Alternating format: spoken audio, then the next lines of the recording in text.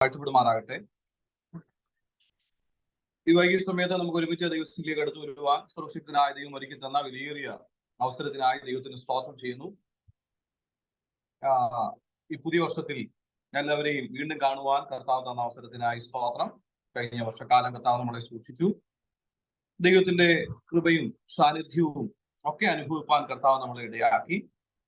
ഈ പുതിയ വർഷത്തിൽ നാം ആയിരിക്കുമ്പോൾ വീണ്ടും ഒരുമിച്ച് ഈ തരത്തിലുള്ള ആത്മീയ കൂട്ടായ്മകൾ നമ്മുടെ ആത്മീയ അഭിവൃദ്ധിക്കും ആത്മീയ വളർച്ചയ്ക്കും ഒക്കെ കാരണമായി തീരട്ടെ എന്ന ആത്മാർത്ഥമായ ആഗ്രഹത്തോടും പ്രാർത്ഥനയോടും കൂടെ അല്പസമയം നമുക്ക് ദൈവവചന ധ്യാനത്തിലേക്ക് നമ്മുടെ ശ്രദ്ധയെ തിരിക്കാം. ഇന്ന് മീറ്റിംഗ് ലീഡ് ചെയ്യുന്ന കർത്താവിന്റെ ദാസൻ മറ്റേവർക്കും ക്രിസ്തുയേശുവിന്റെ നാമത്തിലുള്ള സ്നേഹവന്ദനങ്ങൾ പ്രാരംഭമായി അറിയിക്കുന്നു.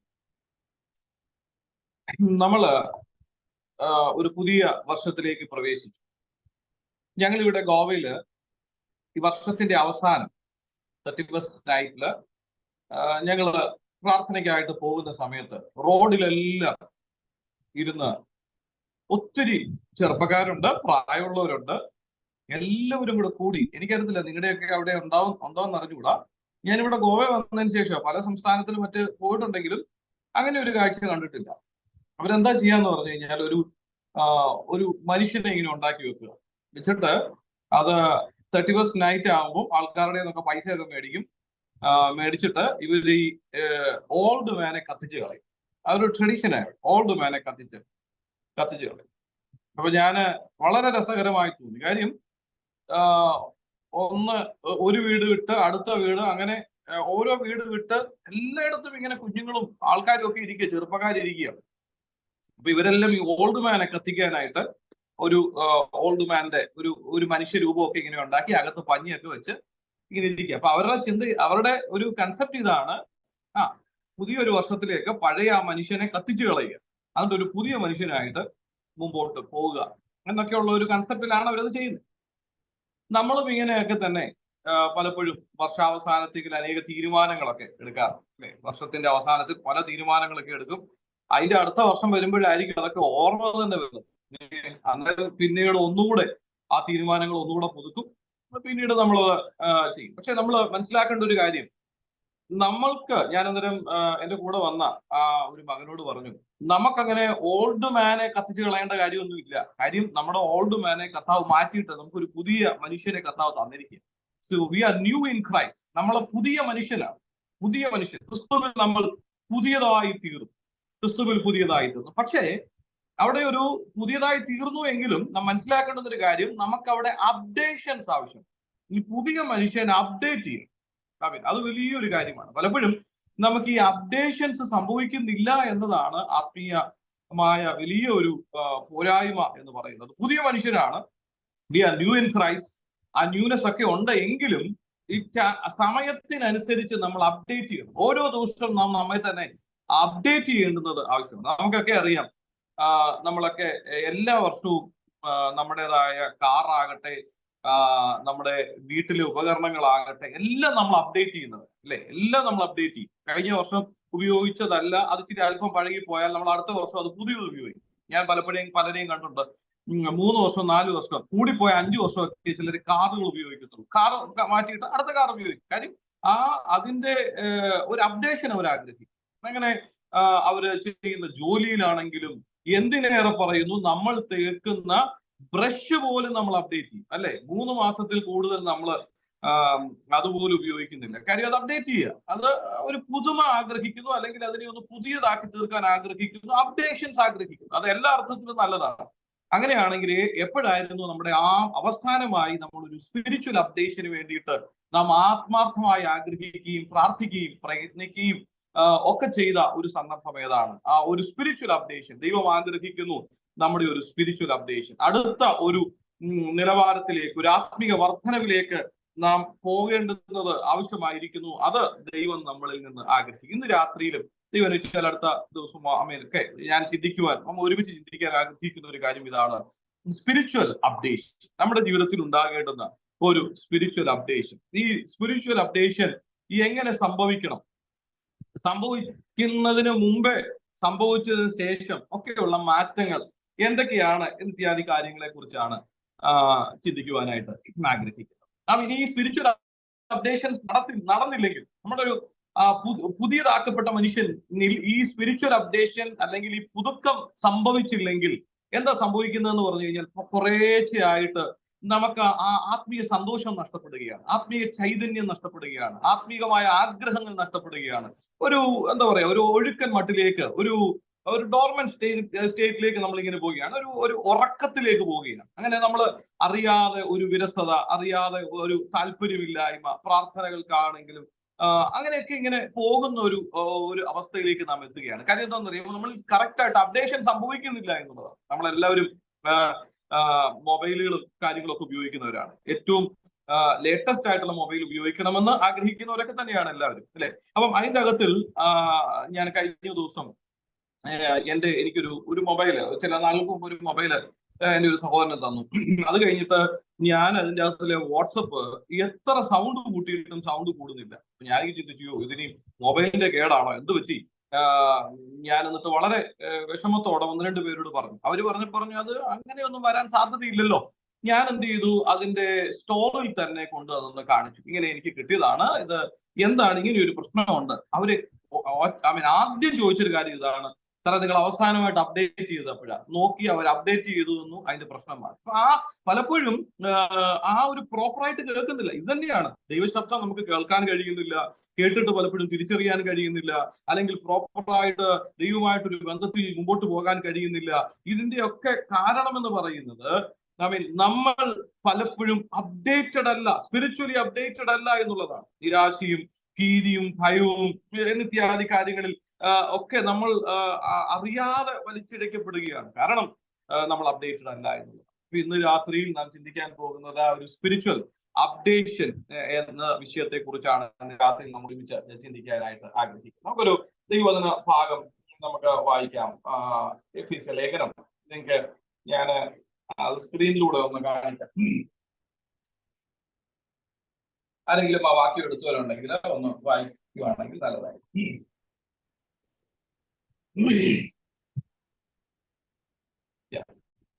Ephesians chapter 4 verse 23 and 24.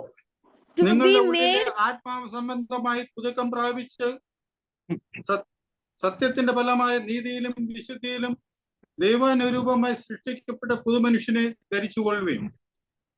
ഇവിടെ നമുക്ക് കാണാൻ കഴിയുന്ന കാര്യം ഇതാണ്, ആത്മീയം നമ്മൾ ചിന്തിക്കുന്ന ഒരു കാര്യമാണ്. Let's be the updated spiritual beings of ourself. നമ്മുടെ തന്നെ അപ്ഡേറ്റഡ് ആയിട്ടുള്ള അടുത്ത നിലവാരത്തിൽ നിൽക്കുന്ന ഒരു ആത്മീക മനുഷ്യരായി തീരാൻ കർത്താവ് നമ്മളെ സഹായിക്കും. നമ്മൾ ഇന്നലെ വരെ ഉള്ളതുപോലെയല്ല, 2023 വരെ ഉള്ളതുപോലെയല്ല, 2024 അടുത്ത ഒരു അപ്ഡേറ്റഡ് ആയിട്ടുള്ള ഒരു സ്പിരിച്വൽ ബീയിങ് ആയി തീരാൻ കർത്താവ് നമ്മളെ ദൈവം ആഗ്രഹിക്കുന്നു. ആ പുതുക്കം നമ്മളിൽ നിന്ന് ആഗ്രഹിക്കുന്നു, ആ പുതുക്കം പ്രാപിപ്പാൻ ദൈവം ആഗ്രഹിക്കുന്നു.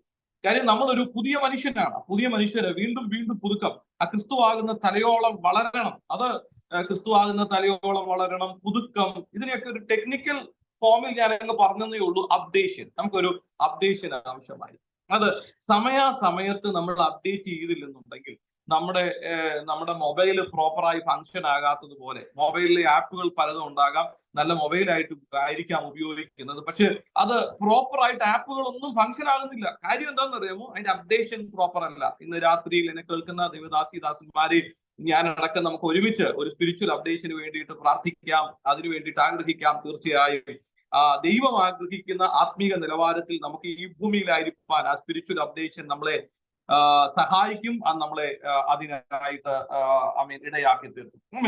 ഈ സ്പിരിച്വൽ അപ്ഡേഷൻ ഒരു വ്യക്തിയുടെ ജീവിതം, പുതിയ നിയമത്തിൽ ഒരു വ്യക്തി അപ്പോസ്തലനായ പത്രോസിന്റെ ജീവിതത്തിൽ ഈ സ്പിരിച്വൽ അപ്ഡേഷന് മുമ്പ് തന്റെ ജീവിതത്തിൽ ഉണ്ടായിരുന്ന പരിമിതികളും സ്പിരിച്വൽ അപ്ഡേഷന് ശേഷമുള്ള കാര്യങ്ങളുമാണ് നാം ചിന്തിക്കാൻ ആഗ്രഹിക്കുന്നത്. സ്പിരിച്വൽ അപ്ഡേഷൻ, ആ തരത്തിലുള്ള ഒരു അപ്ഡേഷന് മുമ്പുണ്ടായിരുന്ന ഒരു പത്രോസിനെ, അപ്പോസ്തലനായ പത്രോസിനെ നമുക്ക് കാണാൻ കഴിയുന്നത് സുവിശേഷങ്ങളിലാണ്. സുവിശേഷങ്ങളിൽ കാണാൻ കഴിയുന്ന പത്രോസ് അത്രമാത്രം ഒരു സ്പിരിച്വൽ അപ്ഡേഷൻ ഉണ്ടായിരുന്നോ എന്ന് സംശയിക്കേണ്ടിയിരിക്കുന്നു.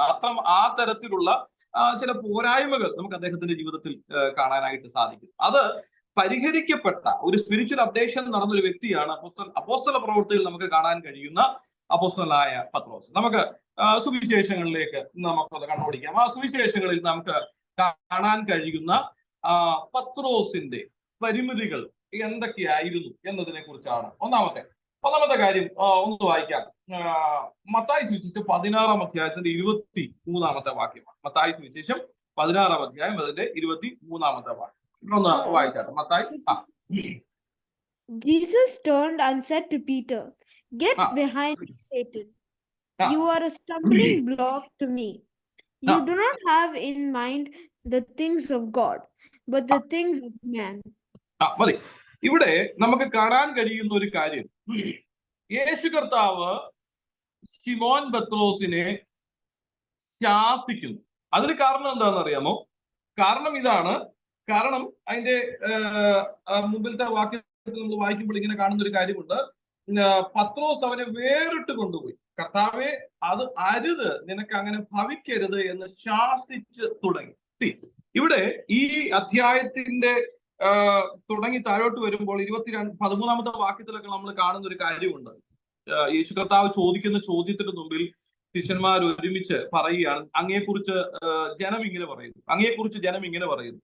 പത്രോസ് പറയുകയാണ്, അങ്ങ് ജീവനുള്ള ദൈവത്തിന്റെ പുത്രനായ ക്രിസ്തുവാണ് എന്ന ഒരു വെളിപ്പാട് താൻ പറയുകയാണ്. അപ്പോൾ അവിടെ നമുക്ക് വെളിപ്പാട് കാണുന്നു. പത്രോസിന്റെ ജീവിതത്തിൽ ലഭിച്ച വെളിപ്പാടിനെയാണ് നമുക്ക് അവിടെ കാണുന്നത്. രണ്ടാമത് യേശു കർത്താവ് പത്രോസിനോട് പറയുകയാണ്, നിനക്ക് സ്വർഗരാജ്യത്തിന്റെ താഴോട്ട് ഇങ്ങോട്ട് വരുമ്പോൾ നമ്മൾ കാണുന്ന ഒരു കാര്യം, സ്വർഗരാജ്യത്തിന്റെ താക്കോൽ ഞാൻ നിനക്ക് തരികയാണ്. അവിടെ ഒരു പൊസിഷൻ നമുക്ക് പത്രോസിന് ലഭിക്കുന്നതായി കാണുന്നു. ഒരു പൊസിഷൻ പത്രോസിന് ലഭിക്കുന്നു. മൂന്നാമതായിട്ട് പറയുകയാണ്, നിനക്ക് നീ ഇവിടെ അഴിക്കുന്നതൊക്കെ അവിടെ അഴിയും, അവിടെ അഴിക്കുന്നതൊക്കെ ഇവിടെ വരും. ആ തരത്തിലുള്ള ഒരു അധികാരം കൊടുക്കുക. അവിടെ തേർഡ്ലി അവനൊരു അതോറിറ്റിയും കൊടുക്കുകയാണ്. അപ്പൊ റെവലേഷൻ ഉണ്ട്, പൊസിഷൻ ഉണ്ട്, അതോറിറ്റി ഉണ്ട്. ഇത് മൂന്നും ലഭിച്ച അപ്പോസ്തലനായ പത്രോസ്. പക്ഷെ അവിടെ താഴോട്ട് വരുമ്പോൾ യേശുവിനെ മാറ്റി കൊണ്ടുപോയി എന്ത് ചെയ്യാണ്? ശാസിക്കുകയാണ്. അതിന്റെ കാരണം ഇതാണ്, റെവലേഷൻ ഉണ്ട്, യേശു ആരാണെന്ന് തിരിച്ചറിഞ്ഞു. രണ്ട്, തനിക്കൊരു ആത്മീകമായ ഒരു പൊസിഷൻ ലഭിച്ചു, ആത്മീക അധികാരവും തനിക്ക് ലഭിച്ചു. പക്ഷേ ഈ ദൈവത്തിന്റെ വിൽ, ദൈവത്തിന്റെ ഹിതം എന്താണ് എന്ന് തനിക്ക് തിരിച്ചറിയാൻ കഴിഞ്ഞില്ല എന്നുള്ളതായിരുന്നു തന്റെ ഒരു പരിമിതി എന്ന് പറയുന്നത്. തനിക്ക് ബാക്കിയൊക്കെ ഉണ്ട്, റെവലേഷൻ ഉണ്ടായിരുന്നു, തനിക്ക് ദൈവത്തിൽ നിന്ന് കിട്ടിയ പൊസിഷൻ ഉണ്ട്, തനിക്ക് ദൈവത്തിൽ നിന്ന് കിട്ടിയ അധികാരമുണ്ട്. പക്ഷെ ദൈവത്തിന്റെ ഇഷ്ടം, ദൈവത്തിന്റെ ഹൃദയം തനിക്ക് തിരിച്ചറിയുവാൻ, ദൈവത്തിന്റെ വിൽ തനിക്ക് തിരിച്ചറിയാൻ കഴിഞ്ഞില്ല. അതുകൊണ്ടാണ് യേശുവിനെ മാറ്റിക്കൊണ്ടുപോയി ശാസിച്ചതും യേശു പത്രോസിനെ ശാസിക്കേണ്ടുന്നതായും വന്നത്. ഇന്ന് രാത്രിയിൽ എന്നെ കേൾക്കുന്ന സഹോദരി സഹോദരന്മാരെ, ദൈവമക്കളെ, പലപ്പോഴും നമ്മുടെ ജീവിതത്തിൽ നമുക്ക് ദൈവത്തെക്കുറിച്ചുള്ള അറിവുണ്ട്, ദൈവത്തിൽ നിന്ന് ലഭിച്ച ഒരു പൊസിഷൻ നാം കാത്തു സൂക്ഷിക്കുന്നവരാണ്. ദൈവമക്കൾ എന്നുള്ളൊരു പദവി നമുക്കുണ്ട്. അതോടൊപ്പം തന്നെ ആ മക്കൾക്ക് തന്നിരിക്കുന്ന ദൈവിക അധികാരങ്ങളും കാത്തു സൂക്ഷിക്കുന്നവരാണ് നാം. പക്ഷേ ഈ അപ്ഡേഷൻ പലപ്പോഴും നടക്കാത്തത് കൊണ്ട്, സ്പിരിച്വൽ അപ്ഡേഷൻ നടക്കാത്തത് കൊണ്ട് ദൈവത്തിന്റെ ഇഷ്ടം പലപ്പോഴും നമുക്ക് തിരിച്ചറിയാൻ കഴിയുന്നില്ല, അല്ലെങ്കിൽ കഴിയാതെ പോകുന്നു എന്നുള്ള വലിയ ഒരു ആത്മീക പരാജയം നമ്മളിൽ സംഭവിക്കാറുണ്ട്. നമ്മൾ ആ പൊസിഷനിൽ നിൽക്കുന്നവരാണ്, നമുക്ക് ആ കാര്യങ്ങളൊക്കെ ഉണ്ട്, എങ്കിലും ദൈവത്തിന്റെ ഹിതം നമുക്ക് തിരിച്ചറിയാൻ കഴിയുന്നില്ല, ദൈവത്തിന്റെ ഇഷ്ടം നമുക്ക് തിരിച്ചറിയാൻ കഴിയുന്നില്ല എന്നുള്ള വസ്തുതയുണ്ട്. ഇവിടെയും പത്രോസിന്റെ ജീവിതത്തിൽ സംഭവിച്ചതും അതാണ്. ദൈവത്തിന്റെ ഇഷ്ടം തനിക്ക് തിരിച്ചറിയാൻ കഴിയാതെ പോയി എന്നുള്ളതാണ്.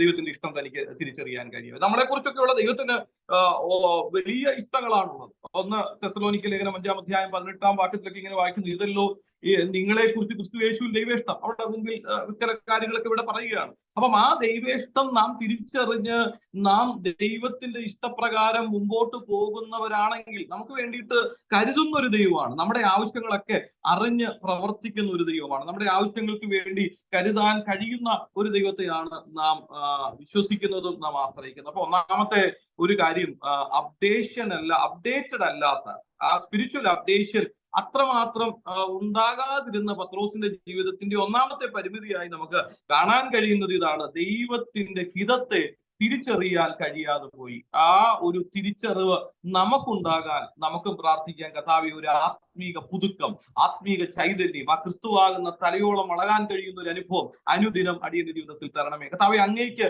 എന്നെ കുറിച്ചുള്ള ഇഷ്ടം എന്താണ്? അങ്ങേക്ക് എന്നെ കുറിച്ചുള്ള ഹിതം എന്താണ്? അങ്ങേക്ക് എന്റെ തലമുറകളെ കുറിച്ചുള്ള ഹിതം എന്താണ്? ഞാൻ എന്താണ് ചെയ്യേണ്ടുന്നത്? ഞാൻ എന്താണ് ആയിത്തീരേണ്ടുന്നത്? അങ്ങെന്താണ് ആഗ്രഹിക്കുന്നത്? അത് ഞാൻ അറിയാനും അത് ഞാൻ ആയിത്തീരാനും ആഗ്രഹിക്കുന്നു കർത്താവേ എന്ന ഒരു ആഗ്രഹത്തോടെ, പ്രാർത്ഥനയോടുകൂടെ ഈ വർഷം നമുക്ക് മുമ്പോട്ട് പോകുവാൻ ദൈവം നമ്മളെ ഇടയാക്കട്ടെ. കഴിഞ്ഞൊരു വർഷം ഒരുപക്ഷെ ഇത് നമുക്ക് സാധിച്ചില്ലായിരിക്കാം. ദൈവമേ, അങ്ങയുടെ ഇഷ്ടം, നമുക്ക് റെവലേഷൻ ഉണ്ടാകാം, പൊസിഷനും ഉണ്ടാകാം, അതോറിറ്റിയും ഉണ്ടാകാം. പക്ഷേ knowing the will of God, understanding the will of God, living in the will of God, അത് സംഭവിച്ചില്ല എന്നുണ്ടെങ്കിൽ ഇന്ന് നമുക്ക് ഈ ദിവസങ്ങളിൽ നമുക്ക് അതിനു വേണ്ടിയിട്ട് പ്രാർത്ഥിക്കാം. അപ്ഡേഷൻ എനിക്ക് തരണമേ. ആ അപ്ഡേഷൻ എന്നെ ദൈവത്തിന്റെ ഇഷ്ടം തിരിച്ചറിയുന്നതിനും ആ ഇഷ്ടപ്രകാരം ജീവിപ്പിക്കുന്നതിനും സഹായിക്കണമേ എന്ന പ്രാർത്ഥനയോടുകൂടെ നമുക്ക് മുമ്പോട്ട് പോകാം. രണ്ടാമത്തെ ഒരു കാര്യം നമുക്ക് കാണാനായി കഴിയുന്നത്, he was about to sink, താൻ മുങ്ങാനായി പോകുന്ന ഒരു കാര്യം. ഈ സന്ദർഭം നമുക്ക് അറിയാവുന്ന ചില സന്ദർഭങ്ങൾ പത്രോസിന്റെ ജീവിതത്തിൽ നിന്ന് എടുത്ത ചില ചിന്തകളാണ് പറയുന്നത്. ആമേൻ. എന്താണ്? മത്തായി സുവിശേഷം 14-ാം അധ്യായത്തിന്റെ 30-ാമത്തെ വാക്യം ഒന്ന് അതോടെ നമുക്കത് വായിക്കാം. മത്തായി 14-ാം അധ്യായം അതിന്റെ 30-ാമത്തെ വാക്യം. But when he saw the wind, he was afraid and beginning to sink, cried out, Lord, ഇവിടെ നമ്മൾ കാണുന്നത്, when he saw the wind, he afraid. അവൻ ആ കാറ്റ് കണ്ടപ്പോൾ എന്ത് ചെയ്തു? ഭയപ്പെടുവാനിടയായി. കാറ്റ് കണ്ടപ്പോൾ ഭയപ്പെടുവാനിടയായി. ഞാനൊരു ചോദ്യം എല്ലാവരോടും നമുക്ക് ഒന്ന് ചിന്തിക്കാൻ വേണ്ടിയൊക്കെ ചോദിക്കുക. ഭയം ശരിയാണോ തെറ്റാണോ? ഭയം ദൈവത്തിൽ നിന്നാണോ ദൈവത്തിൽ നിന്നല്ലേ? എന്താ നമ്മൾ ചിന്തിക്കുന്നേ? Is it a right emotion or not? Is it from God or not? No. It's a right emotion. It's a right emotion. ശരിയായ ഒരു ഇമോഷനാണ് അല്ലെ? അത് പലപ്പോഴും നമ്മൾ അറിയാതെ പറയുന്ന ഒരു കാര്യമാണ്. ഫിയർ എന്ന് പറയുന്നത് എന്താണ്?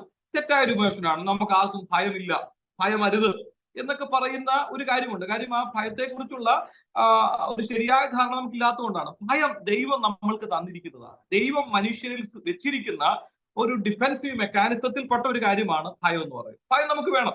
ഈ ഭയം തന്നെ 3 തരത്തിലുണ്ടെന്നാണ് മനഃശാസ്ത്രജ്ഞന്മാർ പറയുന്നത്. ഒന്നാമത്തെ ഭയത്തെ കുറിച്ച് പറയുന്നത് ഇതാണ്, അത് റാഷണൽ ഫിയർ എന്നാണ് പറയുന്നത്. റാഷണൽ ഫിയർ, യുക്തിപരമായ ഭയം. രണ്ടാമത്തെ ഒരെണ്ണമുണ്ട് പ്രൈമൽ ഫിയർ എന്ന് പറയും, പ്രൈമൽ ഫിയർ. മൂന്നാമത്തേതുണ്ട് ഇറാഷണൽ ഫിയർ, അയുക്തി അല്ലെങ്കിൽ യുക്തിഹീനമായ ഒരു ഭയം. ഈ 3 തരത്തിലുള്ള ഭയങ്ങൾ എല്ലാ മനുഷ്യരിലും ഉണ്ട് എന്നാണ് പറയുന്നത്. ദൈവം മനുഷ്യരിൽ വെച്ചിരിക്കുന്ന ഒരു പോസിറ്റീവായിട്ടുള്ള ഒരു കാര്യം തന്നെയാണ് ഭയം എന്ന് പറയുന്നത്.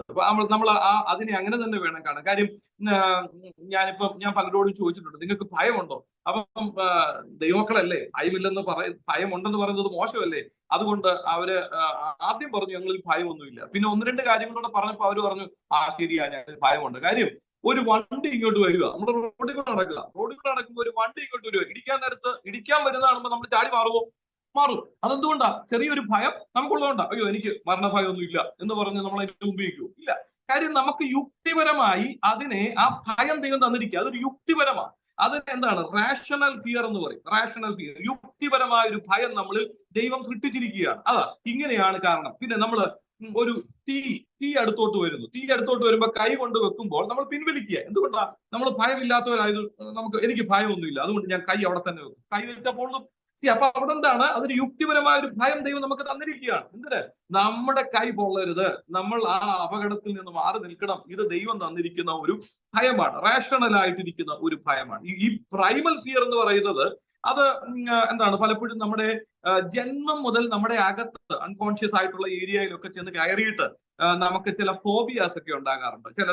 ചിലന്തിയെ കാണുമ്പോൾ ഒരു ഭയമുണ്ട്, ചിലർക്ക് എന്താ പറയാ ഇരുട്ടിനോടുള്ള ഭയമുണ്ട്, ചിലർക്ക് ഹൈറ്റിനോടുള്ള ഭയമുണ്ട്. ഇതൊക്കെ അകത്ത് അറിയാതെ വന്നുകൂടുന്ന ഭയങ്ങളാണ്. മൂന്നാമത്തെ ഒരു ഭയം, ഇതൊക്കെ എല്ലാ മനുഷ്യർക്കും ഉണ്ടാകും. ചിലർക്ക് ഞാൻ കണ്ടിട്ടുണ്ട്, ഭയം ഇല്ലെന്ന് പറയുന്നവരൊക്കെ ഒരു പാറ്റ ഇങ്ങോട്ട് വരുമ്പോഴത്തേക്ക് ചാടി എന്താ പറയാ ആ പാറ്റ കാണുമ്പോൾ തന്നെ ചാടി. ഇപ്പൊ ഇരിക്കുന്നവരാണെങ്കിലും അല്ലെ, നമ്മൾ എത്ര ഭയമില്ലെന്ന് പറഞ്ഞാലും കാര്യമൊക്കെ ആണെങ്കിലും ഏതിനെങ്കിലും ഒക്കെ നമ്മൾ എന്ത് ചെയ്യും? ഭയപ്പെടും. ഇതിനെയാണ് പ്രൈമൽ ഫിയർ എന്ന് പറയുന്നത്. അതൊരു ഫോബിയാണ്. അത് എന്താണ്? ഒരു സൈക്കോളജിക്കൽ ആയിട്ടുള്ള ഒരു ചെറിയ കാര്യമാണ്. അത് നമുക്ക് മാറ്റിയെടുക്കാവുന്നതേ ഉള്ളൂ. പക്ഷെ മൂന്നാമത്തെ ഒരു കാര്യമുണ്ട്, ഇറാഷണൽ ഫിയർ എന്ന് പറയും. ഇറാഷണൽ ഫിയർ, അതിന് യുക്തിപരമായിട്ടൊരു കാര്യമൊന്നുമില്ല, നമുക്ക് അതിന് യുക്തിയൊന്നുമില്ലെങ്കിലും അകാരണമായ ഒരു ഭയം. എന്താണ്?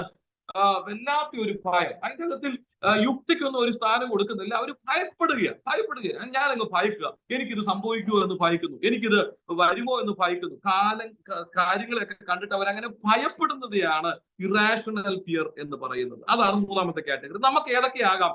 നമുക്ക് ഒരു പക്ഷെ ജന്മം കൊണ്ട് നമ്മളിൽ അറിയാതെ വന്നു പോയ പ്രൈമൽ ഫിയർ ഉണ്ടെങ്കിൽ നമുക്കൊരു നല്ല സൈക്കോളജിസ്റ്റിനെ കണ്ടാലോ പ്രാർത്ഥിച്ചാലോ കാര്യങ്ങളൊക്കെ മാറും. പക്ഷെ ദൈവം ഇഷ്ടപ്പെടാത്ത ഒരു ഭയം എന്ന് പറയുന്നത് ഈ ഇറാഷണൽ ഭയം. ഇവിടെ ഈ പത്രോസിനുണ്ടായത് അതാണെന്നാണ് ഞാൻ വിശ്വസിക്കുന്നത്. കാര്യം റാഷണലുള്ള ഭയമല്ല. ഈ റാഷണൽ ഭയം എന്ന് പറയുന്നത് ദൈവമുണ്ട്, ദൈവത്തെ നാം ഭയപ്പെടണം, മനുഷ്യരെ ശങ്കിക്കണം, ഇതെല്ലാം ദൈവം നമുക്ക് വെച്ചിരിക്കുന്ന ഒരു ഭയത്തിന്റെ ഏരിയാസ് ആണ്. പക്ഷെ ഇവിടെ അപ്പോസ്തലനായ പത്രോസ് എന്താണ്, താൻ യേശു കർത്താവിന്റെ വാക്കുകൾ കേട്ടിട്ട് ഈ തിരമാലകളുടെ മുകളിലൂടെ നടക്കുകയാണ്. നടന്നു മുമ്പോട്ട് പോകുമ്പോൾ അവിടെ അതാ വെള്ളം അല്ലെങ്കിൽ തിരമാല വരുന്നതൊക്കെ കണ്ടിട്ട്, അങ്ങനെ ആ വാക്യം ഒന്ന് വായിക്കാമോ? ആ വാക്യം എഴുതിയിരിക്കുന്നത് എന്താണ് ഭയപ്പെട്ടത്? But when he saw the wind, he was afraid and beginning. Then he saw the wind. അവിടെ ആ കാറ്റിനെ കണ്ടപ്പോൾ, ആ കാറ്റിലൂടെ വന്നത് എന്താണ്? ആ തിരമാലകൾ ഒരുപക്ഷെ അല്ലെങ്കിൽ ആ വെള്ളം മുകളിലേക്ക് പൊങ്ങിയതായിരിക്കാം. കാറ്റ് വന്നപ്പോൾ ഉണ്ടായ ആ വെള്ളത്തിൻ്റെതായ മാറ്റം അതായിരിക്കാം അദ്ദേഹത്തെ ഭയപ്പെടുത്തിയത്. അത് റാഷണല കാര്യം. റാഷണലായിട്ട് പുള്ളി ചിന്തിക്കണമായിരുന്നു, അതാ എന്റെ മുമ്പിൽ സർവശക്തനായ ദൈവം അവിടെ നിൽക്കുന്നു, എന്റെ മുമ്പിൽ ദൈവം അവിടെയുണ്ട്. ഞാൻ ഇത് പറയുമ്പോൾ ഒരു കാര്യം കൂടെ പറയട്ടെ. നമ്മുടെ വിശ്വാസം ഒന്നും അയുക്തിയായ കാര്യം, യുക്തിരഹിതമായ വിശ്വാസം ഒന്നും അല്ല നമുക്കുള്ളത്. പലപ്പോഴും നമ്മൾ ചിന്തിക്കുന്ന ഒരു കാര്യമാണ്, ഞാൻ ബ്ലൈൻഡ് ആയിട്ട് ദൈവത്തിൽ വിശ്വസിക്കുന്നു. അല്ലെന്നേ, നമ്മൾ ബ്ലൈൻഡ് ആയിട്ടല്ല വിശ്വസിക്കുന്നത്. നമ്മൾ കാര്യകാരണ സഹിതത്തിൽ നമ്മൾ വിശ്വസിക്കുകയാണ്, ദൈവത്തെ പൂർണ്ണമായി വിശ്വസിക്കുകയാണ്, അറിഞ്ഞുകൊണ്ട് വിശ്വസിക്കുകയാണ്, ആ ദൈവത്തെ മനസ്സിലാക്കിയാണ് നാം വിശ്വസിക്കുന്നത്. അല്ലെങ്കിൽ ദൈവത്തെ കാണുന്നില്ല, ദൈവത്തെ അറിയുന്നില്ല, എങ്കിലും ഞാനങ്ങ് വിശ്വസിക്കുക. അങ്ങനെയല്ല. ദൈവം ഉണ്ട്, ആ സത്യത്തെയാണ് നാം വിശ്വസിക്കുന്നത്. ആ സത്യം തന്റെ മുമ്പിൽ നിൽക്കുമ്പോൾ തന്നെ തന്റെ മുമ്പിൽ വന്ന ഒരു പ്രതിസന്ധിയെ നോക്കി ഇറാഷണലി തനിക്കുണ്ടായ ഭയം തന്റെ ജീവിതത്തിൽ തന്നെ മുങ്ങുന്ന ഒരു വ്യക്തിയാക്കി മാറ്റുവാനിടയായി. തന്റെ കാലുകൾ വെള്ളത്തിലേക്ക് മുങ്ങുമാറാക്കുന്ന ഒരു വ്യക്തിയാക്കി തന്നെ തീർത്തു. അതിന്റെ കാര്യം എന്താണെന്നറിയാമോ? താൻ spiritually he was not updated. താൻ ആത്മികമായ ഒരു അപ്ഡേഷൻ തന്നിൽ ഉണ്ടായില്ല എന്നുള്ളതാണ് അതിന് ഒരു കാരണമായി ഞാൻ ചിന്തിക്കുന്നത്. ഇന്ന് രാത്രിയിൽ പലപ്പോഴും നമ്മുടെ ജീവിതത്തിൽ നമ്മൾ ഒരുമിച്ച് ദൈവവചനം കേൾക്കുമ്പോൾ തന്നെ പലപ്പോഴും ഈ തരത്തിലുള്ള ഇറാഷണൽ ആയിട്ടുള്ള ഭയങ്ങൾ നമ്മളെ ഭരിക്കുന്നുണ്ടാകാം. ഏതെങ്കിലുമൊക്കെ അകാരണമായ ഭയങ്ങൾ നമ്മുടെ ജീവിതത്തിൽ ഉണ്ടാകാം. ദൈവം നമ്മുടെ കൂടെ ഉണ്ട് എന്ന ബോധ്യം നമുക്കുള്ളപ്പോൾ തന്നെ, നമ്മുടെ മുമ്പിൽ നിൽക്കുന്നതായി നാം മനസ്സിലാക്കുമ്പോൾ തന്നെ, ദൈവം നമ്മുടെ കൂടെ ഉണ്ട് എന്ന് നാം അനുഭവിക്കുമ്പോൾ തന്നെ അകാരണമായ ഭയങ്ങൾ വന്ന് കാലുകൾ താഴെ പോകുന്ന ഒരു അനുഭവം നമുക്ക് അനുഭവപ്പെടുന്നുണ്ടെങ്കിൽ നമുക്കൊരു സ്പിരിച്വൽ അപ്ഡേഷൻ ആവശ്യമാണ്. അവിടെ എന്റെ ദൈവമുണ്ട്. കാലുകൾ താഴുന്ന നിലവാരത്തിൽ ഒരുപക്ഷെ കാറ്റുകൾ വന്നാലും ഞാൻ അതിനെ ഭയപ്പെടുന്നില്ല. കാര്യം എന്നെ വിളിച്ചിറക്കിയ ഒരുവൻ എന്റെ മുമ്പിലുണ്ട് എന്ന ആ റാഷണൽ ഫെയ്ത്ത് ഇത് രാത്രിയിൽ എനിക്ക് നിങ്ങൾക്കും ഉണ്ടാകുവാനിടയാകട്ടെ. നമ്മുടെ ഫെയ്ത്ത് എന്ന് പറയുന്നത് അത് റാഷണലാണ്. ചിലരൊക്കെ അതിനൊരു യുക്തിയൊന്നുമില്ല. ഉണ്ടെന്നേ, നമ്മൾ വിശ്വസിക്കുന്ന വിശ്വാസത്തിന് യുക്തിയുണ്ട്. യുക്തിപരമായ ഒരു വിശ്വാസമാണ് നമ്മൾ ഇല്ലാത്തതിനെയും ഒന്നുമില്ലാത്തതിനെയും ഒന്നും അല്ല വിശ്വസിക്കുന്നത്, ഉള്ളതിനെയാ വിശ്വസിക്കുന്നത്, യാഥാർത്ഥ്യത്തെയാ വിശ്വസിക്കുന്നത്, സത്യത്തെയാ വിശ്വസിക്കുന്നത്. അങ്ങനെയാണെങ്കിൽ അത് യുക്തിപരമാണ്. നമ്മുടെ വിശ്വാസം യുക്തിപരമാണെങ്കിൽ നമ്മുടെ ഫിയറും യുക്തിപരമായിരിക്കും. അത് ദൈവത്തിന് മഹത്വമായി തീരുവാൻ. യുക്തിപരമായ ഭയം ദൈവത്തിന് മഹത്വം കൊടുക്കുമ്പോൾ യുക്തിരഹിതമായ ഭയം നമ്മളെ ദൈവത്തിൽ നിന്ന് അകറ്റുന്നു, ദൈവത്തിന്റെ നിന്ന് മഹത്വം കൊടുക്കാതെ ഇരിക്കുന്നു. അതുകൊണ്ട് നമുക്കൊരു സ്പിരിച്വൽ അപ്ഡേഷൻ ഇന്ന് രാത്രി നമുക്ക് പ്രാർത്ഥിക്കാം. കർത്താവേ, ഏതെങ്കിലും തരത്തിലുള്ള ഇറാഷണൽ ആയിട്ടുള്ള ഭയങ്ങൾ എന്നെ ഭരിക്കുന്നുണ്ടെങ്കിൽ, ഒരുപക്ഷെ ജോലിയെ കുറിച്ചാകാം, ഭാവിയെ കുറിച്ചാകാം, തലമുറകളെ കുറിച്ചാകാം, ആരോഗ്യത്തെ കുറിച്ചാകാം, കുറിച്ചാകാം, നമ്മുടെ നാളെ നമ്മുടെ എന്തായിത്തീരും എന്നതിനെ കുറിച്ചാകാം, എന്ത് തന്നെയാണെങ്കിലും ആ ഭയങ്ങളെല്ലാം നമ്മളിൽ നിന്ന് മാറിപ്പോകാൻ കർത്താവേ ഒരു പുതുക്കം എന്നിൽ തരണമേ. ഒരു പുതുക്കം പ്രാപിപ്പാൻ എന്നെ ഇടയാക്കണമേ. ഒരു അപ്ഡേഷൻ എനിക്കുണ്ടാകുവാൻ കർത്താവെ സഹായിക്കണമേ എന്നൊരു ആത്മാർത്ഥമായ പ്രാർത്ഥന ഇന്ന് രാത്രിയിൽ നമുക്കുണ്ടാകുവാൻ കർത്താവ് നമ്മളെ സഹായിക്കട്ടെ. അപ്പൊ രണ്ടാമത്തെ കാര്യം, he was about to sting because of the irrational fear and lack of faith. രണ്ടാമത്തെ റീസൺ നമുക്ക് കാണാനായി സാധിക്കും. മൂന്നാമത്തെ, he denied Jesus. യേശുവിനെ തള്ളിപ്പറഞ്ഞ ഒരു വ്യക്തി, അല്ലെ? ഇതൊക്കെ നമ്മൾ ഒത്തിരി കേട്ടിട്ടുള്ളതായിരിക്കും. പക്ഷെ ആ ഭാഗം ഒന്ന് വായിക്കാം. മാത്യു ചാപ്റ്റർ 26:33, മത്തായി 26:33 വാക്യത്തിൽ നമുക്ക് കാണാൻ കഴിയുന്നു. എനിക്ക് തോന്നുന്നു നിങ്ങൾക്ക് അത് സ്ക്രീനിൽ കാണാനും കഴിയുന്നു തോന്നുന്നു, അല്ലെ? Okay. Peter replied, even if all fall away on account of you, I will never. മതി Never മതി. will. Even all they went away, even though all they go, move away, അവർ എല്ലാവരും പോയാലും ഞാൻ എന്ത് ചെയ്യത്തില്ല, പോകത്തില്ല. എത്ര എത്ര ഇമോഷണൽ. പലപ്പോഴും നമ്മുടെയൊക്കെ പല കാര്യങ്ങളും ഇങ്ങനെ ഇമോഷണലുള്ള തീരുമാനങ്ങളല്ലേ പലപ്പോഴും. ഇതെന്താണെന്നറിയാമോ? അപ്ഡേഷൻസ് നടക്കാത്തതുകൊണ്ട്, സ്പിരിച്വൽ അപ്ഡേഷൻസ് നടക്കാത്തതുകൊണ്ട് പലപ്പോഴും നമ്മൾ ഇമോഷണൽ ആയിട്ടുള്ള ഡിസിഷൻസ് എടുക്കുന്നത്. ഇമോഷണൽ ആയിട്ടുള്ള ഡിസിഷൻ, ഞാൻ അങ്ങനെ ചെയ്യും, ഞാൻ ഇങ്ങനെ ചെയ്യും. വർഷാവസാനത്തിലൊക്കെ നമ്മൾ എന്തെല്ലാം തീരുമാനങ്ങളാണ് പലപ്പോഴും നമ്മൾ എടുക്കുന്നത്. ഞാൻ അതായിത്തീരും, ഇത് ചെയ്യും. 1000 പേരോടൊക്കെ സുവിശേഷം പറയും. കഴിഞ്ഞ ദിവസം ഒരാള് ഇങ്ങനെ പറഞ്ഞു, 1000 പേരോട് സുവിശേഷം പറയും. 1000 പേരോടൊന്നും പറയാതെ ഒരു അടുത്തുള്ള ഒരു 10 പേരോടെങ്കിലും പറയാൻ കഴിഞ്ഞിരുന്നെങ്കിൽ എത്ര നല്ലതായിരുന്നു. ഞാൻ വേദപുസ്തകം മുഴുവൻ ഒരു 10 പ്രാവശ്യമെങ്കിലും വായിച്ചു തീർക്കും. ആകട്ടെ ഒരു പുതിയ നിയമമെങ്കിലും ഒരു പ്രാവശ്യമെങ്കിലും വായിച്ചു തീർന്നെങ്കിൽ എത്ര നന്നായിരുന്നു. അവൻ പലപ്പോഴും നമ്മൾ എടുക്കുന്ന വലിയ വലിയ തീരുമാനങ്ങളാണ്, വലിയ വലിയ തീരുമാനങ്ങളാണ്. പക്ഷെ അതൊന്നും എന്ത് ചെയ്യുന്നില്ല, സംഭവിക്കുന്നില്ല. ഇതെല്ലാം ഇമോഷണലി എടുക്കുന്ന പല തീരുമാനങ്ങളാണ്. എന്താണ് ഇങ്ങനെയൊക്കെയുള്ള തീരുമാനങ്ങൾ? കർത്താവ് പറയുകയാണ്, യേശു കർത്താവിന് പത്രോസിനെ ഒന്നും മാറ്റണം. നിന്റെ ഇമോഷണൽ ആയിട്ടുള്ള ആ ഡിസിഷൻസ് അല്ല. നീ ഒരു വീക്കാണ്, പരിമിതനായ ഒരു മനുഷ്യനാണ്. നീ ഇങ്ങനെയൊക്കെ പറയുന്നു, നീ തള്ളിപ്പറയത്തില്ലെന്ന് പറഞ്ഞായിരുന്നെങ്കിലും കുഴപ്പമില്ലായിരുന്നു. ഇത് ആര് തള്ളിപ്പറഞ്ഞാലും ഞാൻ എന്ത് ചെയ്യത്തില്ല, തള്ളിപ്പറയത്തില്ല. അപ്പൊ എന്തോ ഞാൻ എല്ലാരെക്കാട്ടിലും എന്താണ് വിശ്വാസത്തിൽ, അല്ലെങ്കിൽ ഞാൻ എല്ലാരെക്കാട്ടിലും മുമ്പിലാണ് എന്നൊക്കെയുള്ളൊരു അറിയാത്ത ആത്മീകമായ ഒരു ധാരണ വരുന്നത് എപ്പോഴാണെന്നറിയാമോ? സ്പിരിച്വലി നമ്മൾ അപ്ഡേറ്റഡ് അല്ലാതെ പോകുമ്പോഴാണ്. സ്പിരിച്വൽ അപ്ഡേഷൻസ് വരുമ്പോൾ നമുക്ക് മനസ്സിലാകും, ദൈവമേ എന്റെ പരിമിതികൾ എവിടെയാണ്, എന്റെ കുറവുകൾ എവിടെയാണ്, എന്റെ പോരായ്മകൾ എവിടെയാണ്, വിശ്വാസത്തിൽ ഞാൻ ഏത് സ്റ്റാൻഡിലാണ് നിൽക്കുന്നത്, അങ്ങയുമായിട്ടുള്ള ബന്ധത്തിൽ എന്റെ അടുപ്പം എത്രമാത്രമുണ്ട്. ഇതൊക്കെ നമുക്കൊന്ന് വിലയിരുത്തുവാനായി കഴിയും. ഇതൊക്കെ നമുക്കൊന്ന് ഇവാലുവേറ്റ് ചെയ്യുവാനായിട്ട് സാധിക്കും. ഇവിടെ പത്രോസ് പറയുകയാണ്, ഒരു കാര്യം പറയണം, ആര് തള്ളി പറഞ്ഞാലും, ആര് മാറിപ്പോയാലും, ആര് നിന്നെ വിട്ടുപോയാലും ഞാൻ വിട്ടുപോകത്തില്ല. യേശു കർത്താവ് എന്താ പറഞ്ഞേ? നീ എന്നെ തള്ളിപ്പറയും, നീ എന്നെ തള്ളിപ്പറയും, നീ എന്നെ യു വിൽ ഡിനൈ മീ, നീ എന്നെ തള്ളിപ്പറയുമെന്ന് യേശു കർത്താവ് പറയുകയാണ്. ആ പറഞ്ഞത് വെറുതെ ആയില്ല. പത്രോസിന് അത് റിയലൈസ് ചെയ്യുവാനായി സാധിച്ചു. തന്റെ പോരായ്മ ഇമോഷണലി എടുത്ത് പറഞ്ഞ കാര്യങ്ങളുടെ പോരായ്മ എവിടെയാണ് എന്ന് തനിക്ക് ഒന്ന് തിരിച്ചറിയുവാനായി സാധിക്കും. ഇന്ന് രാത്രിയിൽ നമ്മൾ ഒരുമിച്ച് ദൈവവചനം കേൾക്കുമ്പോൾ നമ്മളൊക്കെ പലപ്പോഴും പല സാഹചര്യത്തിൽ ഇമോഷണലി പറഞ്ഞ പല കാര്യങ്ങളുണ്ട് അല്ലെ, പല എടുത്ത തീരുമാനങ്ങളുണ്ട്. നമ്മൾ അങ്ങനെ ചെയ്യും, ഇങ്ങനെ ആയിത്തീരും, അങ്ങനെ. ഇതൊന്നും ദൈവം ആഗ്രഹിക്കുന്നില്ല. ദൈവം ആഗ്രഹിക്കുന്നത് നമ്മൾ യഥാർത്ഥത്തിൽ നമ്മളെ കൊണ്ട് എന്ത് ചെയ്യാൻ പറ്റും, അവിടെ എന്താണ് ചെയ്യാൻ കഴിയുന്നത്, നമ്മുടെ പരിമിതികളെ തിരിച്ചറിയുക എന്നുള്ളതാണ്. Let's understand our limitations. അവിടേക്കാണ് ദൈവം ഇറങ്ങി വരുന്നത്. എന്റെ ശക്തി നിന്റെ ബലഹീനതകളിൽ തികഞ്ഞു നിൽക്കുന്നു. നമ്മുടെ പോരായ്മകളെ നാം മനസ്സിലാക്കുമ്പോൾ അവിടേക്ക് ദൈവത്തിന്റെ ശക്തി, അവിടേക്ക് ദൈവത്തിന്റെ പ്രവൃത്തി, അവിടേക്ക് ദൈവത്തിന്റെ സാന്നിധ്യം, അവിടേക്ക് ദൈവത്തിന്റെ കൃപ ഇറങ്ങി നിൽക്കുകയാണ്. അവിടെ പോരായ്മ തിരിച്ചറിയാൻ കഴിയാത്ത ആർക്കാ അവിടേക്ക് ദൈവത്തിന്റെ സാന്നിധ്യത്തെ ഇറക്കി നിർത്താൻ കഴിയുക, അല്ലെങ്കിൽ പോരായ്മ മനസ്സിലാക്കാൻ കഴിയാത്ത എവിടേക്കാണ് ദൈവത്തിന്റെ സാന്നിധ്യം ഇറങ്ങി വരിക? നമ്മുടെ പോരായ്മകളെ നമുക്കൊന്ന് തിരിച്ചറിയാൻ കഴിയട്ടെ. അത് അപ്ഡേറ്റഡ് ആയിട്ടുള്ള ഒരു വ്യക്തിയിൽ മാത്രമേ സംഭവിക്കത്തുള്ളൂ. ഇത് രാത്രി കർത്താവെ, പല പരിമിതികൾ ഞങ്ങളിലുണ്ട്. 2023 പല പരിമിതികൾ സംഭവിച്ചിട്ടുണ്ട്, പല പോരായ്മകൾ വന്നു പോയിട്ടുണ്ട്. വിശ്വാസത്തിൽ പല പോരായ്മകൾ, എടുത്ത തീരുമാനങ്ങളിൽ പോരായ്മകൾ, പറഞ്ഞ പ്രസ്താവനകളിൽ പോരായ്മകൾ, നടന്ന വഴികളിലുള്ള പോരായ്മകൾ ഒക്കെ വന്നു പോയിട്ടുണ്ട്. കർത്താവെ, അടിയനോട് ക്ഷമിക്കണമേ. അങ്ങയുടെ കൃപ എനിക്ക് വേണം കർത്താവെ, അങ്ങയുടെ സാന്നിധ്യം എനിക്ക് വേണം കർത്താവെ. അതുകൂടാതെ അടിയനൊന്നും ചെയ്യാൻ കഴിയുകയില്ല എന്ന ഒരു പ്രാർത്ഥന എനിക്കും നിങ്ങൾക്കും നമുക്ക് ഒരുമിച്ചുണ്ടാകുവാനിടയാകട്ടെ. ആര് പറഞ്ഞാലും ഞാൻ പറയില്ല, ആര് ചെയ്താലും ഞാൻ ചെയ്തില്ല എന്നൊരു പക്ഷേ നമ്മൾ പറഞ്ഞില്ലെങ്കിലും അകത്തങ്ങനെ ഒരു ചിന്ത നമുക്ക് ചിലപ്പോഴൊക്കെ ഉണ്ടാകാറുണ്ട് അല്ലെ. ചിലപ്പോഴൊക്കെ നമുക്ക് ഉണ്ടാകാറുള്ള ഒരു ചിന്തയാണ്, ആര് പ്രാർത്ഥിച്ചില്ലേലും ഞാൻ പ്രാർത്ഥിക്കും, ആര് ചെയ്തില്ലേലും ഞാൻ ചെയ്യും, ആര് വന്നില്ലേലും ഞാൻ വരും, ആരില്ലെങ്കിലും ഞാൻ കർത്താവിന് വേണ്ടി നിൽക്കും, ഞാൻ എന്നുള്ള എവിടെയെങ്കിലും ഒക്കെയുള്ള ചിന്തകൾ അപ്ഡേഷൻ ഇല്ലാത്തത് കൊണ്ടാണ്. അപ്ഡേഷൻ വന്നു കഴിയുമ്പോൾ നമ്മൾ പറയും, ഇല്ല കർത്താവേ, എനിക്ക് പരിമിതിയുണ്ട്, സാഹചര്യങ്ങളിൽ ഞാൻ ഒരുപക്ഷെ പരിമിതനായി പോകാൻ സാധ്യതയുണ്ട്. അങ്ങയുടെ സാന്നിധ്യം എനിക്ക് വേണം, അങ്ങയുടെ കൃപ എനിക്ക് വേണം, അങ്ങയുടെ ശക്തി എനിക്ക് വേണം, അങ്ങയുടെ അഡ്വൈസ് എനിക്ക് വേണം. അങ്ങില്ലാതെ എനിക്ക് നിലനിൽപ്പില്ല എന്ന് പറയുന്നിടത്താണ് ദൈവപ്രവൃത്തിയുടെ തുടക്കങ്ങളും ദൈവപ്രവൃത്തിയുടെ പ്രദർശനവും ഒക്കെ നമുക്ക് കാണാനായി സാധിക്കുന്നത്. ഈ അപ്പോസ്തലനായ പത്രോസിന്റെ ജീവിതത്തിൽ, ഈ ഗോസ്പൽസിൽ കാണുന്ന അപ്പോസ്തലനായ പത്രോസിന്റെ ഒരു പരിമിതിയാണ് നമ്മൾ മറ്റൊന്നായി നാം ചിന്തിച്ചത്.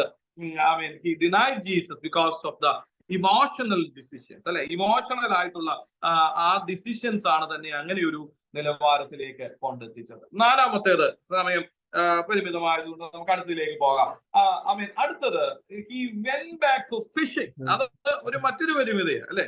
മറ്റൊരു പരിമിതിയായിട്ട് തന്നെ നമുക്ക് കാണണം. അത് നമുക്ക് കാണാൻ കഴിയുന്നത് യേശു കർത്താവിന്റെ ഉയർപ്പിന് ശേഷം പലർക്കും യേശു കർത്താവ് പ്രത്യക്ഷനാകുകയാണ്. പലർക്കും യേശു കർത്താവ് പ്രത്യക്ഷനായിട്ട് അപ്പോസ്തലനായ പത്രോസിനും ലഭിക്കുന്ന ഒരു പ്രത്യക്ഷതയാണ് യോഹന്നാന്റെ സുവിശേഷം 21-ാം അധ്യായത്തിൽ നമുക്ക് കാണാനായി സാധിക്കും. അതിന്റെ 3-ാമത്തെ വാക്യം, I am going out to fish, Simon Peter told them, and they said, we will go with you.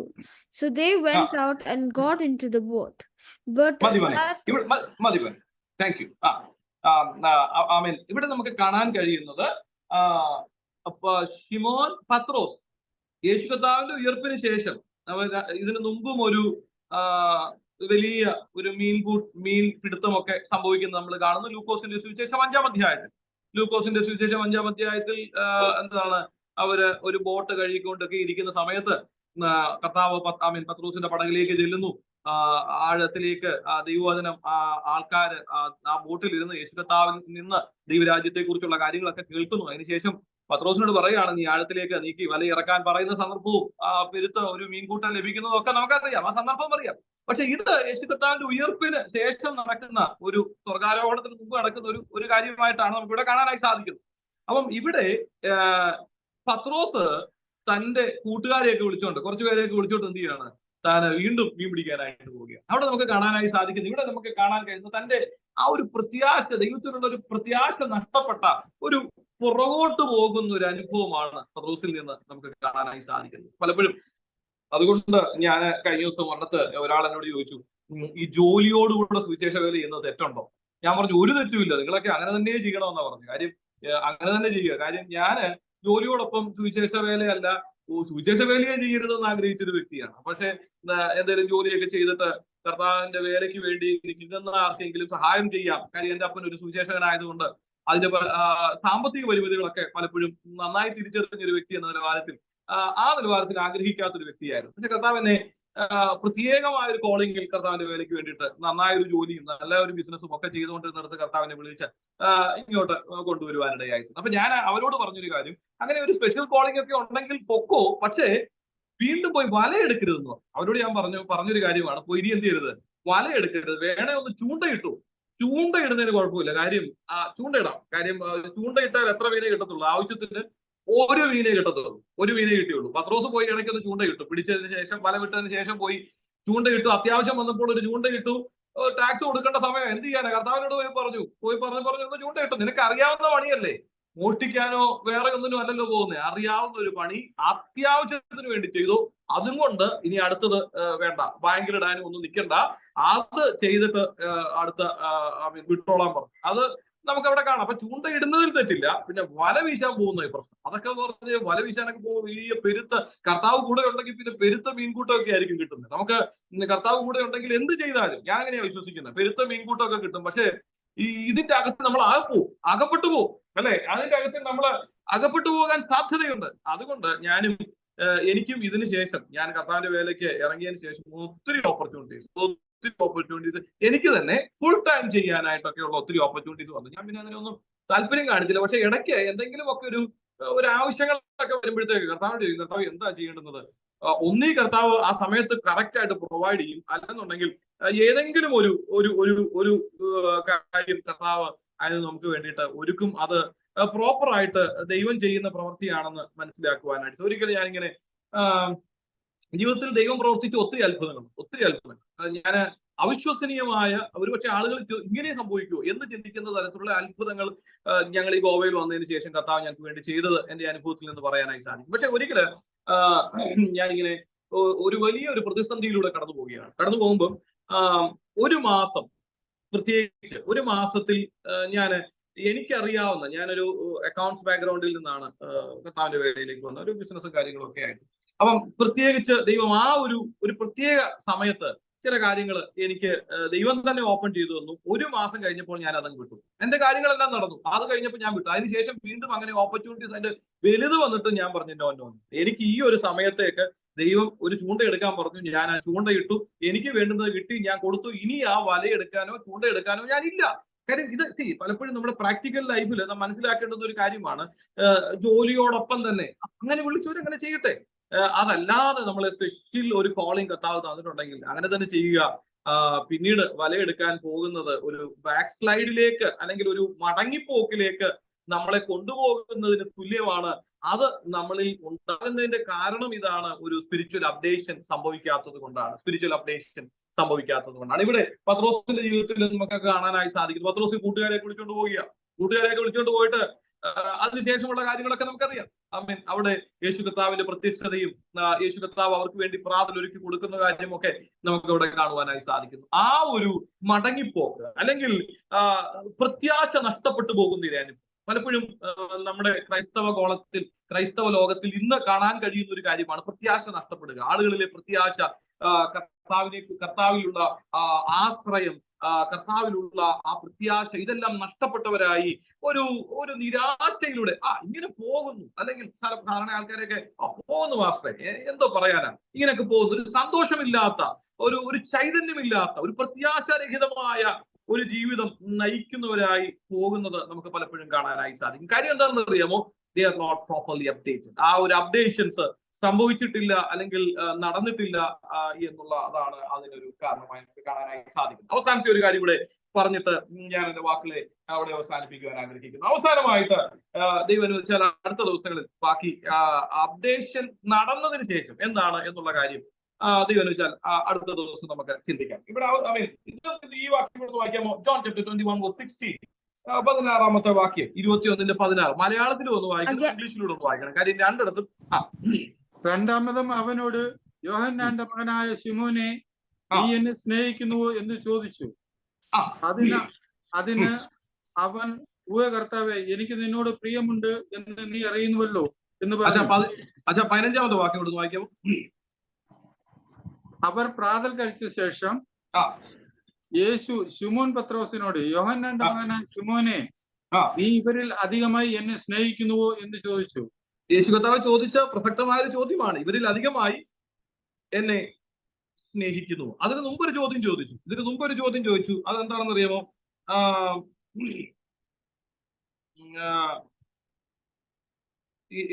അതിന് മുമ്പ് അവരോട് പ്രത്യക്ഷനായിട്ട് ചോദിക്കുന്ന ഒരു ചോദ്യമുണ്ട്. ഓക്കെ, ഐ മീൻ ഇവിടെ 3-4 ഒന്ന് വായിക്കാമോ? 21, 3-4, 21, 21. Early in the morning, Jesus stood on the shore, but the disciples did not realize that it was Jesus. He called out to them, "Friends, haven't you any fish?" ഇവിടെ കുഞ്ഞുങ്ങളെ കൂട്ടുവാൻ വല്ലതുമുണ്ടോ എന്ന് ചോദിച്ചു. ചോദിക്കുന്ന ഒരു ചോദ്യം, ഒന്നാമത്തെ ഒരു ക്വസ്റ്റ്യനാണ്. വല്ലതും ഉണ്ടോ? നിങ്ങൾ ഇന്നലെ ഭയങ്കര അധ്വാനമല്ലായിരുന്നോ? ഭയങ്കര പരിശ്രമമല്ലായിരുന്നോ? വല്ലതും ഉണ്ടോ? ഈ ചോദ്യങ്ങളൊക്കെ കർത്താവ് പലപ്പോഴും നമ്മളോട് ചോദിക്കും കേട്ടോ. നമ്മൾ അറിയുന്നില്ല. നീ പ്രാർത്ഥനയ്ക്ക് വരാതെയും മീറ്റിങ്ങിന് പോകാതെയും ഭയങ്കര തിരക്കിട്ടൊക്കെ പല കാര്യങ്ങൾ ചെയ്തിട്ട് എന്തെങ്കിലും നീക്ക് ബാക്കിയുണ്ടോ, എന്തെങ്കിലും ബാക്കിയുണ്ടോ, എന്തെങ്കിലും അർത്ഥമുണ്ടോ എന്നൊക്കെയുള്ള ചോദ്യങ്ങൾ കർത്താവ് നമ്മളോട് ഇടയ്ക്കിടയ്ക്ക് ചോദിക്കാറുണ്ട്. പക്ഷെ പലപ്പോഴും ഈ ചോദ്യങ്ങളൊന്നും നമ്മൾ കേൾക്കാറില്ല. കർത്താവ് തരുന്നതേ ഉള്ളൂ. അവരെ ഒന്നുമില്ലാന്ന് ഒരു ബോധ്യമായപ്പോൾ അടുത്തത് അവർക്ക് പ്രാതൽ കർത്താവ് ഒരുക്കി കൊടുക്കുന്നത് നമുക്ക് അവിടെ കാണാനായി സാധിക്കുന്നത്. അവർക്ക് വല നിറയുന്നതായിട്ട് നമുക്ക് അവിടെ കാണുന്നു. ഇതിന് ശേഷമാണ് യേശു കർത്താവ് പത്രോസിന്റെ ഒരു ചോദ്യം ചോദിക്കുന്നത്. രണ്ടാമത്തെ പ്രസക്തമായ ഒരു ചോദ്യം. രണ്ടാമത്തെ ചോദ്യമാണ്, നീ ഈ ഇംഗ്ലീഷിൽ എഴുതിയിരിക്കുന്നത്, ഇംഗ്ലീഷിൽ എന്താ എഴുതിയിരിക്കുന്നവനെ? The question that Jesus asked, verse 15. Again Jesus said, "Simon, son of John, do you truly love me?" He answered, "Yes, Lord, you know that I love you." No, the previous one. When they had finished eating, Jesus said to Simon Peter, "Simon, son of John, do you truly love me more than these?" Do you truly love me more than this? ഇതിനെക്കാട്ടിൽ, മലയാളത്തിൽ ഇവരെക്കാട്ടിൽ എന്ന് അല്ലെ, ഇവരെക്കാട്ടിൽ. പക്ഷെ ഇതിനെക്കാട്ടിൽ, ഒരുപക്ഷെ ചുറ്റുപാട് നിൽക്കുന്ന പല നന്മകളെക്കാട്ടിൽ, ഇതിനെക്കാട്ടിലൊക്കെ നീ അധികമായി എന്നെ സ്നേഹിക്കുന്നുണ്ടോ? അവിടെ അഞ്ചാമതായി നമുക്ക് കാണുവാനായിട്ട് കഴിയുന്ന ഒരു കാര്യം, he was not sure about his love towards Jesus. യേശുവുമായുള്ള തന്റെ സ്നേഹത്തിൽ, ആ ഒരു സ്നേഹത്തെ കുറിച്ച് അത്രമാത്രം ഒരു പൂർണ്ണമായിട്ട് പറയാൻ തനിക്ക് ഒരുപക്ഷെ കഴിഞ്ഞെന്ന് വരില്ല. അതുകൊണ്ടായിരിക്കും താൻ ഇങ്ങനെ പറഞ്ഞത്, കർത്താവേ നിനക്കറിയാം എന്റെ സ്നേഹവും സ്നേഹത്തിന്റെ പരിമിതിയും അല്ലെങ്കിൽ സ്നേഹത്തിന്റെ കുറവും എല്ലാം അങ്ങ് അറിയുന്നു, നീ അറിയുന്നു എന്നാണ് പത്രോസ് പറഞ്ഞ വാക്കുകൾ, പത്രോസിന്റെ മറുപടികൾ. അവിടെ യേശു ചോദിച്ച ചോദ്യം ഇതാണ്, ഈ കാണുന്നതിനേക്കാളൊക്കെ അധികമായി നീ എന്നെ സ്നേഹിക്കുന്നു. പത്രോസിന് വ്യക്തമായി, അതേ കർത്താവെ, ഞാൻ അങ്ങയെ പൂർണ്ണമായി സ്നേഹിക്കുന്നു, ആർക്കും പിരിച്ചു കളയാൻ കഴിയാത്തവണ്ണം, അടർത്തി മാറ്റാൻ കഴിയാത്തവണ്ണം, അങ്ങയിൽ നിന്നുള്ള സ്നേഹത്തെ എടുത്തു മാറ്റാൻ കഴിയാത്തവണ്ണം ഞാൻ നിന്നെ സ്നേഹിക്കുന്നു എന്ന ഉറപ്പോടെ പറയാൻ ഒരുപക്ഷെ പത്രോസിന് അവിടെ കഴിഞ്ഞു എന്ന് വരില്ല. കാര്യം പല പരിമിതികൾ തന്നിലുണ്ട്. ഇതിന്റെ കാരണം എന്താണ്? ഒരു സ്പിരിച്വൽ അപ്ഡേഷൻ, ഒരു ആത്മീക പുതുക്കം, ആത്മീകമായ ഒരു വർധനവ് അവിടെ ഉണ്ടായതായി നമുക്ക് കാണുന്നില്ല. ആ പരിമിതികളിൽ നിന്നുകൊണ്ടാണ് പത്രോസ് ആ വാക്കുകൾ യേശു കർത്താവിനോട് പറയുന്നത്. ഇന്ന് രാത്രിയിൽ എന്നെ കേൾക്കുന്ന ദൈവദാസ്താമൻ, ദൈവമക്കളെ, നമുക്ക് ഒരുമിച്ച് ആ ഒരു പൂർണ്ണതയിൽ നിന്നിട്ട്, ആ ഒരു അപ്ഡേഷനിൽ നിന്നിട്ട് പറയാനായിട്ട് കഴിയട്ടെ, കർത്താവെ ഞാൻ അങ്ങയെ സ്നേഹിക്കും, ഞാൻ അങ്ങയെ പൂർണ്ണമായി സ്നേഹിക്കുന്നു. അതിനകത്തിലൊന്നും യാതൊരു സംശയമില്ല. അങ്ങനോട് ചോദിക്കുക, അങ്ങ് എനിക്ക് എന്ന വീടിനേക്കാൾ, മക്കളെക്കാൾ, എന്റെ കുടുംബത്തെക്കാൾ, എന്റെ ജോലിയേക്കാൾ, അല്ലെങ്കിൽ എനിക്ക് തന്ന പൊസിഷനേക്കാൾ നീ എന്നെ സ്നേഹിക്കുന്നോ എന്നൊരു ചോദ്യം ചോദിച്ചാൽ 100% ഹൃദയത്തിന്റെ ആഴത്തിൽ നിന്ന് എനിക്ക് ധൈര്യത്തോടെ കളങ്കമില്ലാതെ പറയാൻ കഴിയും, കർത്താവെ ഞാൻ അങ്ങയെ സ്നേഹിക്കുന്നു, കർത്താവെ എനിക്ക് അങ്ങയോട് സ്നേഹമുണ്ട് എന്ന് പറയാൻ കഴിയും. അങ്ങനെ കഴിയുന്നെങ്കിൽ നമ്മൾ സ്പിരിച്വലി അപ്ഡേറ്റഡ് ആണ്. കഴിയുന്നില്ല എങ്കിൽ ഞാൻ ദൈവത്തെക്കാൾ അധികം എന്റെ മക്കളെയും ഭാര്യയെയും, അല്ലെങ്കിൽ ദൈവത്തെക്കാൾ അധികം ഭർത്താവിനെയും, ദൈവത്തെക്കാൾ അധികം ദൈവം തന്ന ജോലിയെയും, ദൈവത്തെക്കാൾ അധികം പലതിനെയും ഒരുപക്ഷെ അറിയാതെ നമ്മൾക്ക് സ്നേഹം വന്നു പോയിട്ടുണ്ടെങ്കിൽ ഇന്ന് രാത്രിയിൽ നമുക്ക് ഒരുമിച്ച് പ്രാർത്ഥിക്കാനായി കഴിയട്ടെ. കർത്താവെ, ഒരു സ്പിരിച്വൽ അപ്ഡേഷൻ, ഒരു പുതുക്കം, ആ പുതിയ മനുഷ്യനിൽ ഒരു പുതുക്കം കർത്താവെ എനിക്ക് തരണമേ. ആ പുതുക്കത്തിൽ അങ്ങയെ ആഴത്തിൽ സ്നേഹിക്കുവാനും ത്തിനേക്കാളും അധികമായി അങ്ങയെ സ്നേഹിക്കുവാനും അങ്ങനെ സഹായിക്കണമേ കർത്താവേ എന്ന് ഇന്ന് രാത്രിയിൽ നമുക്ക് ഒരുമിച്ച് പ്രാർത്ഥിക്കാനായി സാധിക്കട്ടെ. അപ്പൊ ഇന്ന് രാത്രിയിൽ നാം ചിന്തിച്ച 5 പരിമിതികൾ പത്രോസിന്റെ ജീവിതത്തിൽ നിന്ന് ഒരു സ്പിരിച്വൽ അപ്ഡേഷന് മുമ്പ് ഉണ്ടായതാണ്. യേശു കർത്താവിനെ ശാസിക്കുന്നു. കാര്യം എന്താ? ദൈവത്തിന്റെ ഹിതം തനിക്ക് തിരിച്ചറിയാൻ കഴിയുന്നില്ല. 2, he was about to sink. തന്റെ കാലുകൾ മുങ്ങിപ്പോവുകയാണ്. അതിന്റെ കാരണം ഇറാഷണൽ ആയിട്ടുള്ള ഒരു ഭയം തന്നിൽ ഉണ്ടായിരുന്നു. ഇന്ന് രാത്രിയിൽ നമുക്ക് അത്തരത്തിലുള്ള ഏതെങ്കിലും ഭയങ്ങൾ, റാഷണൽ ആയിട്ടുള്ളതല്ല, അത് വേണം, ദൈവം ആഗ്രഹിക്കുന്നു. ഇറാഷണൽ ആയിട്ടുള്ള ഏതെങ്കിലും ഭയങ്ങൾ എന്നെയോ നിങ്ങളെയോ ഭരിക്കുന്നുണ്ടെങ്കിൽ അത് മാറിപ്പോകാൻ നമുക്ക് ഇന്ന് രാത്രിയിൽ പ്രാർത്ഥിക്കാം. ഒരു സ്പിരിച്വൽ അപ്ഡേഷൻ നമുക്ക് അവിടെ ആവശ്യമായിരിക്കുന്നു. അടുത്തത്, ഇമോഷണൽ ആയിട്ടുള്ള ഡിസിഷൻസ് പലപ്പോഴും നമ്മൾ എടുക്കാറുണ്ട്. ഇമോഷണൽ ആയിട്ടുള്ള പ്രോമിസുകൾ നാം പലപ്പോഴും പറയാറുണ്ട്. ഇമോഷണൽ ആയിട്ടുള്ള അഡ്വൈസുകൾ പലപ്പോഴും നമ്മുടെ വായിൽ നിന്ന് വീഴാറുണ്ട്. അതെല്ലാം മാറ്റിയിട്ട് ഒരു അപ്ഡേറ്റഡ് പേഴ്സണിൽ നിന്നുള്ള ഒരു അപ്ഡേറ്റഡ് ആയിട്ടുള്ള ഡിസിഷൻസ് അല്ലെങ്കിൽ അഡ്വൈസുകൾ നമ്മളിൽ നിന്നുണ്ടാകുവാൻ കർത്താവ് ആഗ്രഹിക്കുന്നു. 4-മതായി നാം കണ്ടത്, വീണ്ടും ദൈവത്തിൽ നിന്നുള്ള പ്രത്യാശ നഷ്ടപ്പെട്ട ഒരു വ്യക്തിയായി തന്റെ പഴയകാല അനുഭവത്തിലേക്ക് ഒരു മടങ്ങിപ്പോകുന്നു, അല്ലെങ്കിൽ ഒരു തിരിഞ്ഞുപോക്ക് അവിടെ നമുക്ക് കാണുന്നു. ഒരു കാരണവശാലും ദൈവത്തിൽ നിന്നുള്ള ആശ്രയവും പ്രത്യാശയും എല്ലാം മാറ്റിയിട്ട് ഈ ലോക മനുഷ്യരിൽ ആശ്രയിക്കുകയോ അവരിലേക്ക് നമ്മുടെ കണ്ണുകൾ പോകുകയോ ചെയ്യുന്നത് നമ്മൾ ദൈവത്തിൽ നിന്ന് അകന്നു പോകുന്നതിന് തുല്യമാണ്. ആരെയെങ്കിലും, മനുഷ്യരെ നമ്മൾ ഏറ്റവും കൂടുതൽ പ്രതീക്ഷ വെക്കുന്നെങ്കിൽ ദൈവത്തെക്കാൾ അധികമായി അവരത് ചെയ്യും, ഇവരത് ചെയ്യും, നമ്മൾ അവരെ നോക്കാം, ഇവരെ നോക്കാം. നോ, ദൈവം നമുക്ക് വേണ്ടിയിട്ടുണ്ട്. ആ ദൈവത്തിൽ പ്രത്യാശ വെക്കാം. അത് ഒരു സ്പിരിച്വൽ ബാക്ക്സ്ലൈഡിന്റെ ഒരു അനുഭവമാണ്. അതിന് നമുക്കൊരു സ്പിരിച്വൽ അപ്ഡേഷൻ ആവശ്യമാണ്. 5-മതായി, he was not able to make sure that എത്രമാത്രം തനിക്ക് കർത്താവിനോട് സ്നേഹമുണ്ട് എന്ന് വ്യക്തമായി പറയാൻ കഴിയാത്ത ഒരു കൺഫ്യൂഷൻ സ്റ്റേറ്റിലേക്ക് താൻ പോവുകയാണ്. അതിൽ ഒരു അപ്ഡേഷൻ എനിക്കും നിങ്ങൾക്കും പത്രോസിനുണ്ടായതുപോലെ ഉണ്ടാകുവാൻ കർത്താവ് സഹായിക്കട്ടെ. അങ്ങനെയാണെങ്കിൽ ഇതിനെല്ലാം ഒരു മാറ്റം ഉണ്ടാകും. അതോടൊപ്പം തന്നെ അപ്പോസ്തല പ്രവൃത്തിയിൽ നമുക്ക് കാണാൻ കഴിയുന്ന ഒരു പത്രോസിന്റെ ജീവിത രീതികളും ജീവിത ചിന്തകളും എല്ലാം വ്യത്യസ്തമായിരുന്നു. ഒരു അപ്ഡേറ്റഡ് ആയിട്ടുള്ള ഒരു പത്രോസിനെയാണ് അപ്പോസ്തല പ്രവൃത്തിയിൽ നമുക്ക് കാണാനായി സാധിക്കുന്നത്. ദൈവം അനുവദിക്കുന്ന പക്ഷം കർത്താവിന്റെ വരവ് താമസിച്ചാൽ നമുക്ക് അടുത്ത ദിവസം അതിനെക്കുറിച്ച് ചിന്തിക്കുവാൻ നമുക്ക് കർത്താവ് സഹായിക്കട്ടെ, കർത്താവ് ഇടയാക്കട്ടെ. ഇന്ന് രാത്രിയിൽ നമുക്ക് ഒരുമിച്ച് പ്രാർത്ഥിക്കാം. കർത്താവേ, ഞങ്ങളുടെ ജീവിതത്തിൽ ഒരു അപ്ഡേഷൻ, ഒരു സ്പിരിച്വൽ, ഒരു ആത്മീക പുതുക്കം പ്രാപിക്കുന്ന ഒരു അനുഭവം ഉണ്ടാകുവാൻ കർത്താവ് സഹായിക്കണമേ. എത്ര പേര് പ്രാർത്ഥിക്കും? നമുക്ക് ഒരുമിച്ച് ഒരു വാക്ക് പ്രാർത്ഥിക്കാം. പരിശുദ്ധ പിതാവേ, സ്വർഗീയ നല്ല ദൈവമേ, കർത്താവെ, അങ്ങ് ആഗ്രഹിക്കുന്നത് ഒരു ആത്മീക പുതുക്കം, പുതിയ മനുഷ്യനിൽ ഉള്ള ഒരു ആത്മീക പുതുക്കം. പരിശുദ്ധാത്മാവിൽ ഞങ്ങൾ ആ പുതുക്കം പ്രാപിച്ചവരായി അനുദിനം കർത്താവെ അങ്ങേക്ക് ഇഷ്ടമുള്ള ആമേൻ, അങ്ങേക്ക് ഹിതം ആമേൻ മനസ്സിലാക്കിയവരായി ജീവിപ്പാൻ അടിയങ്ങളെ ഇടയാക്കണമേ എന്ന് പ്രാർത്ഥിക്കുന്നു. കർത്താവെ, കുറവുകളെ ക്ഷമിക്കണമേ, പരിമിതികളെ ക്ഷമിക്കണമേ, വന്നുപോയിട്ടുള്ള തെറ്റുകളെ ക്ഷമിക്കണമേ. അത് എല്ലാം കണ്ട് അറിഞ്ഞവരായി പരിശുദ്ധാത്മ ശക്തിയാൽ ഒരു അപ്ഡേഷൻ ഞങ്ങളിൽ ഉണ്ടായി ദൈവം ആഗ്രഹിക്കുന്ന നിലവാരത്തിൽ മുമ്പോട്ട് പോകുവാൻ ഞങ്ങളെ എല്ലാവരെയും കർത്താവ് ഇടയാക്കണമേ എന്ന് പ്രാർത്ഥിക്കുന്നു. പ്രാർത്ഥന കേട്ടിരിക്കാൻ സ്തോത്രം. ക്രിസ്തുയേശുവിന്റെ നാമത്തിൽ തന്നെ. ആമേൻ, ആമേൻ, ആമേൻ. ദൈവമായ കർത്താവ് എല്ലാവരും സഹായിക്കട്ടെ. ദൈവം അനുവദിക്കുന്ന പക്ഷം വീണ്ടും താങ്കൾ താമസിച്ചാൽ വീണ്ടും നമുക്ക് ഒരുമിച്ച് കാണുന്നതിനും ഒരുമിച്ച് ആത്മീയ ചിന്തകൾ പങ്കുവെക്കുവാനും കർത്താവ് ഇടയാക്കട്ടെ എന്ന് പ്രാർത്ഥിക്കുന്നു. സമയം അനുവദിച്ചു എന്ന ദേവദാസനോടുള്ള നന്ദി അറിയിക്കും. Thank you pastor. Abraham Joseph pastor പ്രാർത്ഥിച്ച ആശീർവാദം.